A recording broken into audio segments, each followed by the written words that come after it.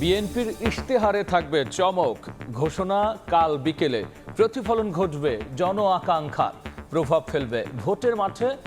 নয়াপল্টনে তারেক রহমানের শেষ নির্বাচনী জনসভা ৮ ফেব্রুয়ারি। আমাদের সর্বশেষ জনসভা, যেখানে প্রধান অতিথি হিসেবে দলের চেয়ারম্যান জনাব তারেক রহমান সাহেব উপস্থিত থাকবেন, ৮ই ফেব্রুয়ারি রবিবার হতে পারে। জনসম্পৃক্ততা দল হিসেবে বিএনপি সবসময় চেয়েছে একটি বাস্তবমুখী এবং টেকসই নির্বাচনী ইশতেহার প্রণয়ন করতে, যেখানে দেশের প্রতিটি শ্রেণী এবং পেশার মানুষের অন্তর্ভুক্তিমূলক উন্নয়ন হবে, জনগণ আরও বেশি ক্ষমতায়িত হবেন।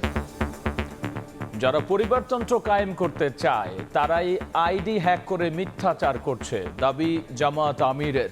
ভোটে অনিয়ম ঠেকাতে নেতাকর্মীদের কেন্দ্র পাহারা দেওয়ার আহ্বান। আইডি হ্যাক করে যারা দলীয় পারিবারিক গোষ্ঠীতান্ত্রিক সরকার চায়, তারা আমার উপরে মিসাইল নিক্ষেপ করেছে। এখন থেকে পাহারা বসাবেন। কোন ভোট ডাকাত, ভোট চোর, ভোট ইঞ্জিনিয়ার, কাউকে আবার কোনো ছাড় নেই। দেখছিলেন প্রধান শিরোনাম। সন্ধ্যার সময় সঙ্গে আছি আমি গোলাম রাব্বি। এবার অন্যান্য শীর্ষ সংবাদ। দেশ জুড়ে তুঙ্গে নির্বাচনী প্রচারণা। জান্নাতের টিকিটের লোভ দেখিয়ে ভোটারদের ধোঁকা দিচ্ছে জামায়াত, বলছে বিএনপি। সুষ্ঠু ভোট নিয়ে শঙ্কা 11 দলীয় ঐক্যে।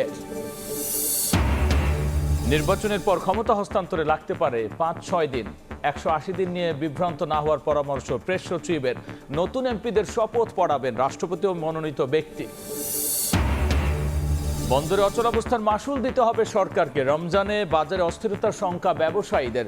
নিউমেরিং টার্মিনালের চুক্তি থেকে সরে আসার সুযোগ দেখছেন না নৌ উপদেষ্টা।